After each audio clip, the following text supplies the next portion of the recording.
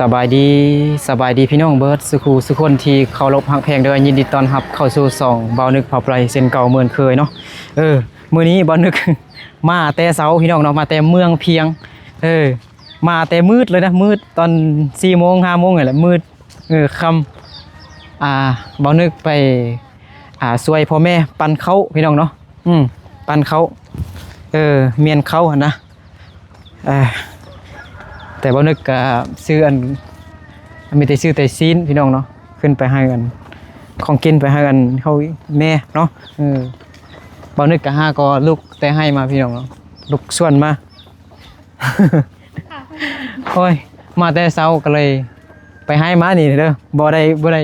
ว่าสิซื้อขนมสิให้เด็กน้อยก็เขาปิดหานทั้ง3หานพี่น้องเนาะเบาก็บ่อยู่เนาะ2หานต่อไปก็บ่อยู่มื้อนี้ปิดหานน่าจะไปซื้อเครื่องอยู่ไสยะตินี่ก็มาแต่ให้พี่น้องเนาะคันเห็นเด็กน้อยนี่คือสิมื้อนี้บ่ได้กินขนมเท่าไหร่เฮาสิมาเบิ่งสิมาลิ้นมาถามข่าวน้องไม้เอ้ยน้องไม้เอ้ยน้องไม้อยู่บ่น้องไม้อยู่ซ่าสบายดีน้องไม้ให้น้องใหม่บ่น้องใหม่ให้ยังกินต้มยังฮะต้มมากกว่ายังเบิ่งดูมังหุ่งเนอะต้มกินกับเขาบ่นั่นล่ะแค่น่ะเลยทักทายสบายดี FC ก่อนโดยสบายดีโดยสบายดีอธิบายก่อนนะครั้งแรกเลยที่ไอเห็นมีอันคนกินต้มมะฮุ่งกันนี่เนี่ยถ้ามันสุดแล้วเขาจะต้มกินน้องไม่ต้มมะละกอพี่น้องเนาะมะละกอเฮิมมันสุกแล้วบ่เนาะสุกแล้วเบิ่งดูให้เบิ่งดูเบิ่งมอๆเดี๋ยวนี้มันก็คืออันมักอื่นเนาะโอ้ใส่เกลือแป้งนัวบ่ว่าใส่บ่ได้ใส่แบบแกงจืดแม่นบ่เลย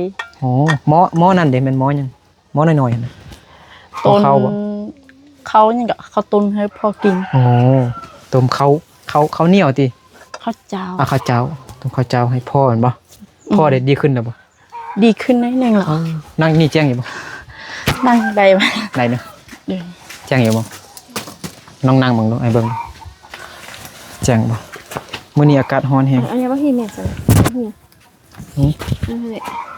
เจ้าโอ้คือเปิดไฟไว้ซั่นต้องเปิดมืดเลยมืดคืนเลยตอนกลางคืนเปิดมันเป็นต้นน้อยแล้วมันมืดบ่ได้กินข้าวช่วยเถอะบ่บ่ได้ตอนนี้ก็1 โมง 2 โมงแล้วนี่คือบ่ได้กินเถอะมันบ่จักโมงแล้ว12 โมงไป12 โมง12 โมงไปให้มาบ่ได้เอาขนมมาให้เลยบ่เป็นหยังคันเอามาก็มีแต่เอาข้าวเปลือกมาต้อนนะมีแต่ข้าวเปลือกรอไปปั่นข้าวมาพี่น้องเนาะไปปั่นข้าวอยู่ใช่อยู่อันผู้แลมนี่บ่แลมผู้สูงๆกันนะอยู่บ้านไม่พอผู้สูงๆกันนะกินข้าวแล้วก็มาปั่นสิแล้วยังน้อยนึงแล้วเขาก็เฮ็ดเขาก็ซ้ำแล้วไอ้ก็กลับก่อนไอ้ก็มีเวียกเลยนะเวียกกับมาหาน้องนี่แหละแล้วก็จักหน่อยก็สิไปลินน้ำเขาอยู่กิวแคมได้บ่อยากเข้าบ่เฮารู้สึกบ่อยากเข้าเลยเฮาก็กินข้าวเช้าประมาณ8 โมง 9 โมงถ้าเฮาอยู่เฮาก็กินถ้าเฮาไปให้แล้วเฮาก็กินประมาณ6 โมง 7 โมงถ้าเฮาอีไปเฮาอีไปให้แล้วเฮาแล้วตอนช่วยนี่กินตอนได้ก็ได้เนาะบ่เฮ็ดเวียกกันบ่ประมาณก็3 โมง 2 โมงไปแล้วอันเขาเด้เกี่ยวมาหมดแล้วเก็บมาตั้งมาไว้เฮือนหมดแล้วยังอยู่ยังจักเป่ายังหลายยังจักกองยังบ่ได้ปั้นนะไม่ได้ปั้นเด้อเฮ็ดเป็นกองใหญ่ไว้บ่เด้อเอาอันพยางพบัดปกไว้อีกบ่เด้อกันฝนกันแดดเอามาจากเป่าแล้ว บ่ได้เอามา บ่ได้เอามาเถอะยังบ่ได้ปั้นเถอะเนาะมีแต่กองไว้ซื่อๆคิดว่าเอามาครึ่งนึงแล้ว ยังบ่ได้เอา เป็นจังไดแค่นน่ะ มัน โอ ก็ เคดีหน่อยนึงแล้วบ่ดีใจนำ คือว่าน้องคือว่าอันอยู่ ต้นเฮาไปเส้นเล็ดแล้วมันก็ดี อืม ล่ะ เย็นบ่เย็นอยู่เด้บ่ฮ้อนเลยเย็น เคียงเย็นอืม ก็จับได้หน่อยหนึง จับได้นึงแล้ว ได้ วันนี้เกี่ยวข้าวก็ได้แล้วเนาะจับ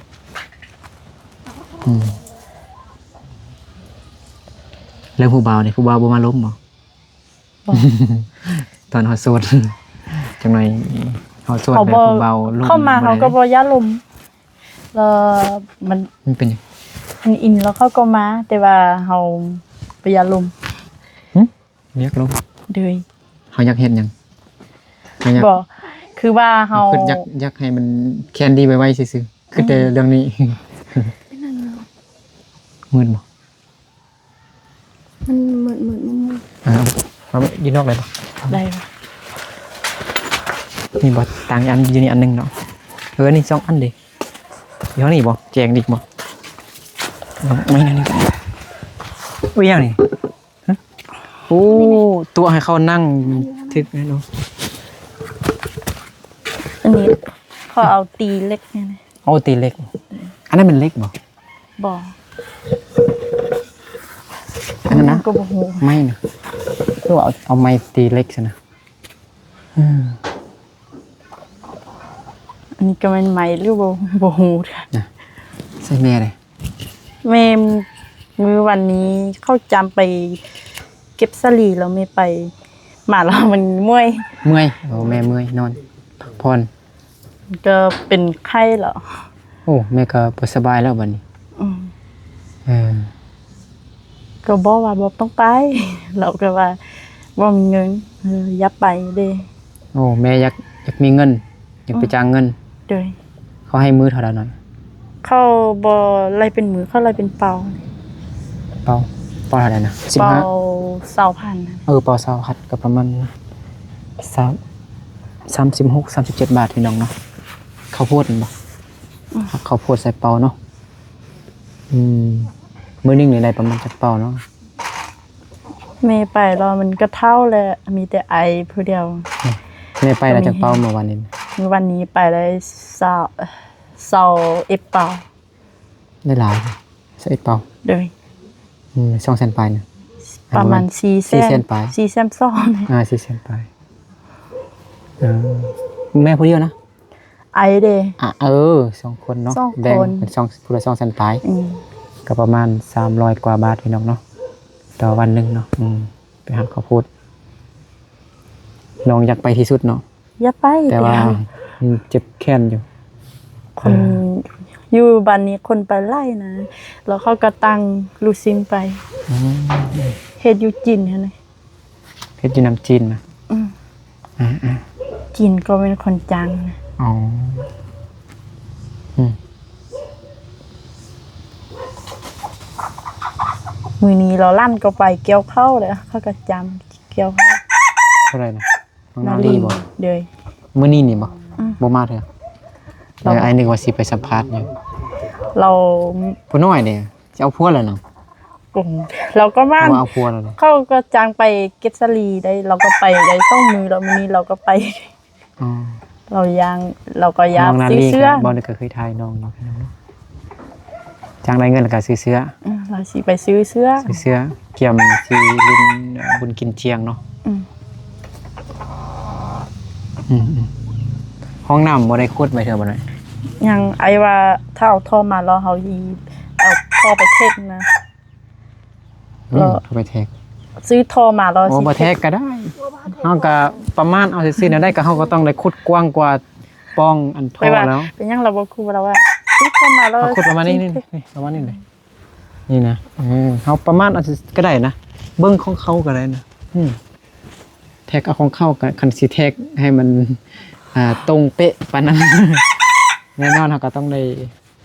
ด้ขุดให้มันกว้างกว่าท่อแล้ว ประ ประมาณ4 ท่อเนาะ4 ปองพี่น้องวันนี้ก็สิมามอบเงินให้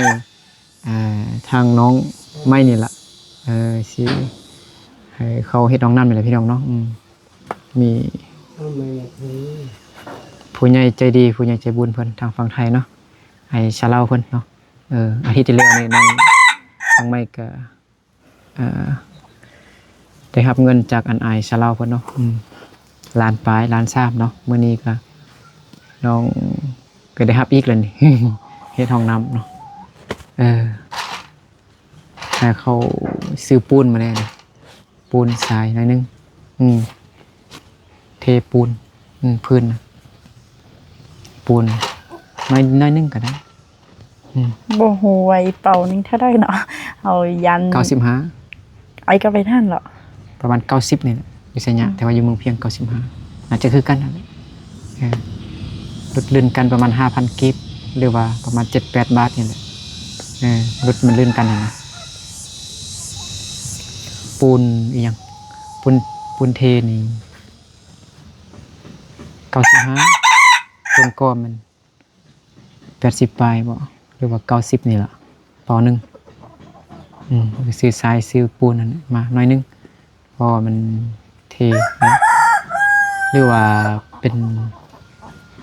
ฟ้ามันนี่เฮาแอมด้วยสังกะสีบ่ซื้อสังกะสีลามมาตอกเอาบ่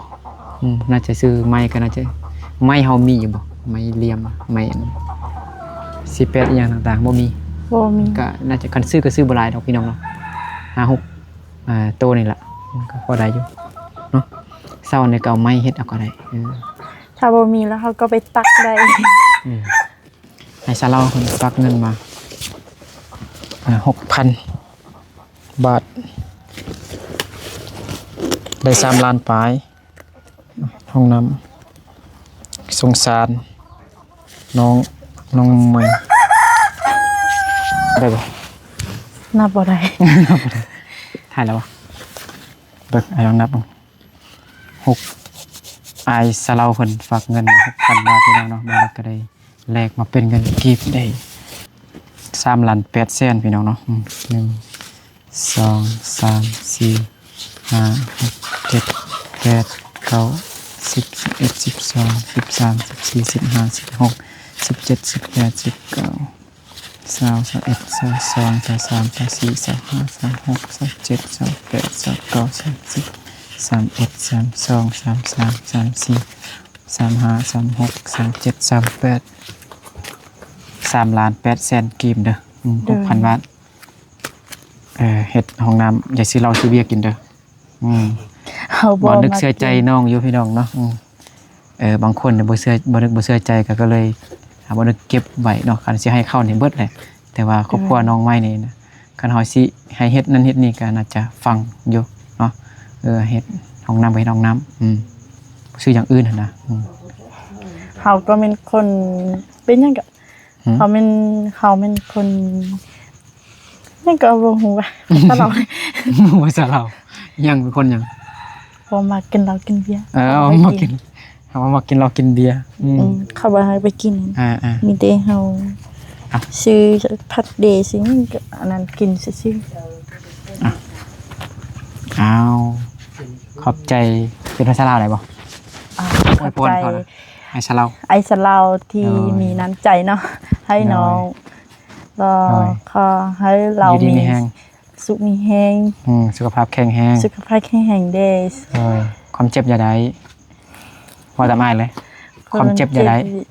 ความเจ็บอย่าได้ความไข้อย่าให้มี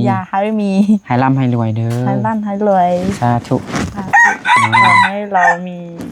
บ่เป็นภาษามุ่งก็ได้ทอก่อยไอ้สะเรา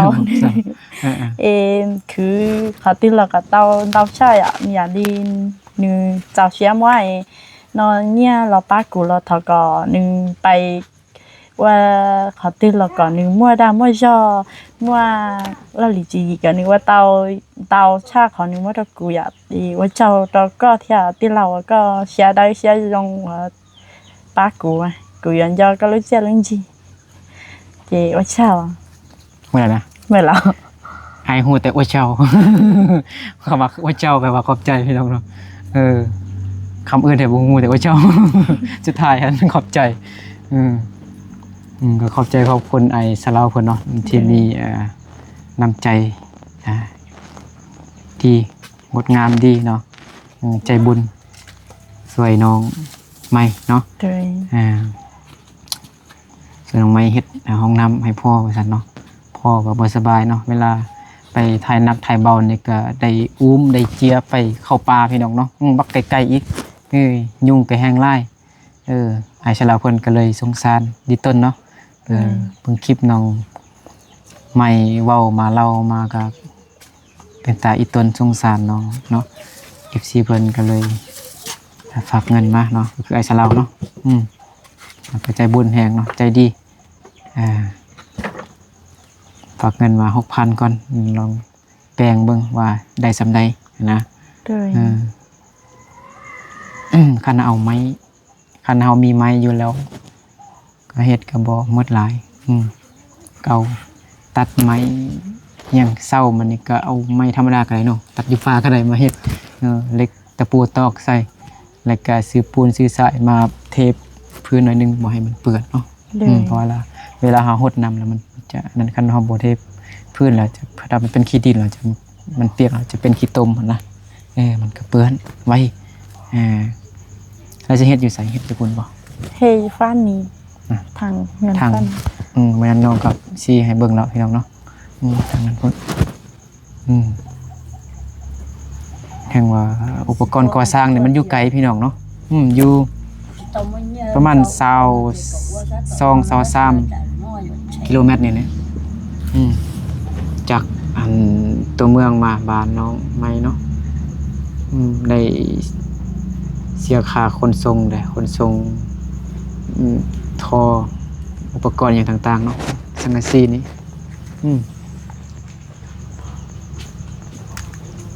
ประมาณจังคนให้นี่จางเขาเลยจางอยู่จางจักเล็กจักน้อยเขาขุดอันนั้นสวยนะคันผู้เดียวขุดเนี่ยบ่ไหวเลยขุดดินนะเขาก็มีไอ้2-3คนบ่ให้เข้ามาช่วยขุดให้ช่วยขุดให้แล้วก็เขาก็เบี้ยกันทอดจักเล็กจักน้อยก็ได้เนาะบ่แม่นว่าจางตั้งจางให้แท้นะช่วย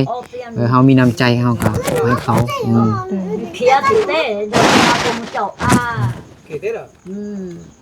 này đó của tia kia thì té rồi này sao ฮู้ว่า3ล้านปลายนี่สิซื้อหยังได้เนาะซื้อทองก่อนอื่นหมดก็ซื้อทองล่ะซื้อทองแล้วก็ซื้ออันหัว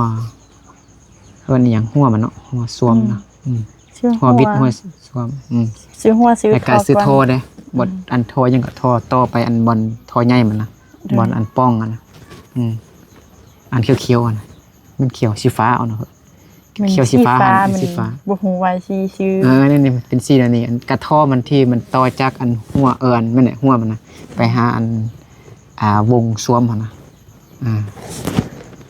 ซื้ออันนั้นแด้ทอแด้แล้วก็ปูนทรายนะก็สังกะสีลองซื้อผมก่อนอันได้บ่พอแล้วเฮาไม้นี่ประทับสิก่อนเฮาที่ไปตักแล้วเฮาค่อยว่าซื้อมันก็ซื้อทอเด้ซื้ออันนั้นก่อนเป็นไม้เมี่ยงกะเลาะซอกอยู่แคมตามนี้ก็ได้เนาะเลยตัดเอาต้นมะขามนี่เฮ็ดก็ได้เซาตัดไม่ซักแต่มันพัวไม่ซักก็ได้เฮ็ดคือแบบนี้เลยเนาะวันนี้ก็ได้แข็งแรงดีเลยให้มันดีแท้กับเสาปูนนะแต่ว่างบเฮาบ่พอมันแพงเด้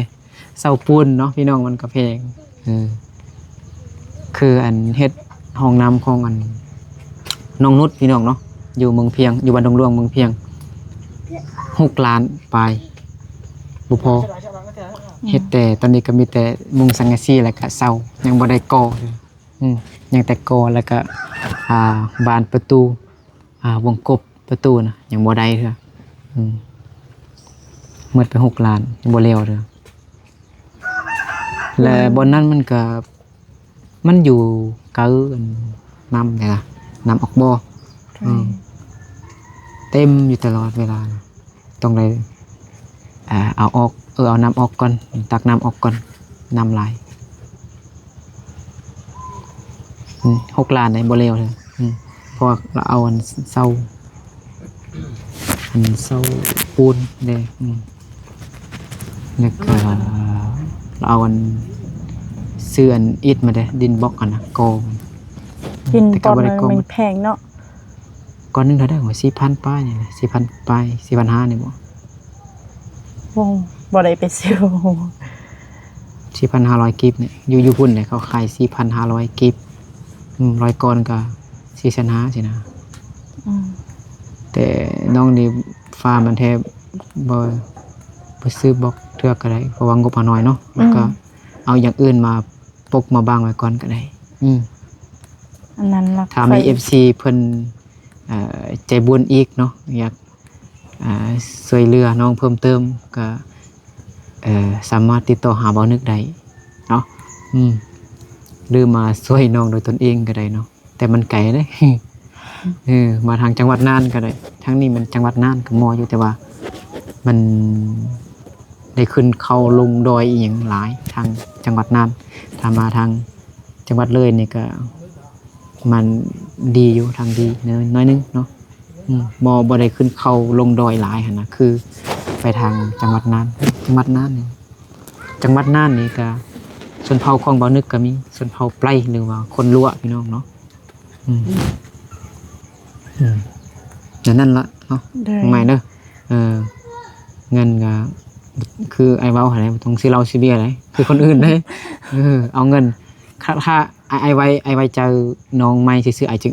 มอบเงินให้น้องหมดเลยถ้ามันครอบครัวอื่นที่ไอ้ช่วยนี่ไอ้บ่ไว้ใจไอ้ก็เลยเก็บไว้นำอ้ายนี่เวลาเขาอยากได้หยังหั่นน่ะหรือว่าเป็นไม้หยังหั่นน่ะไอ้ก็ซื้อให้มาหยังหั่นน่ะไอ้บ่ให้เขาจับเงินหั่นน่ะแต่ว่าครอบครัวน้องนี่ไอ้ก็เชื่อใจอยู่เอาให้เฮ็ดน้องนำก็ต้องเฮ็ดนะบ่แล้วก็บ่เป็นหยังหมู่ก็ส่วนไปกินเหล้ากินเบียร์เดียวค่อยกินบ่ได้ ดีแล้วดี คนบ่มาไปลิ้นนะ หน่อยโอเคนั่นแหละเนาะไอ้ก็กลับก่อนได้แล้วก็ขอบใจไอ้เด้อขอบใจไอ้สะเลาเพิ่นเนาะขอบใจขอบคุณเด้อขอให้ไอ้สะเลาเพิ่นจงอยู่ดีมีแรงสุขภาพแข็งแรงความเจ็บหลายๆความขายอย่าให้มีให้ร่ำให้รวยเนาะเอาให้น้องใหม่สำนีก็ให้มันกลับคืนไปหาไอ้สะเลาเพิ่นเป็น100 เท่าเป็น1,000 เท่าเด้อเนาะสาธุเนาะเอาสำหรับคลิปนี้บ่าวนึกกับน้องใหม่ก็ขอลาพี่น้องที่นะครับทุกท่านไปก่อนเนาะบ๊ายบายพี่น้องเนาะ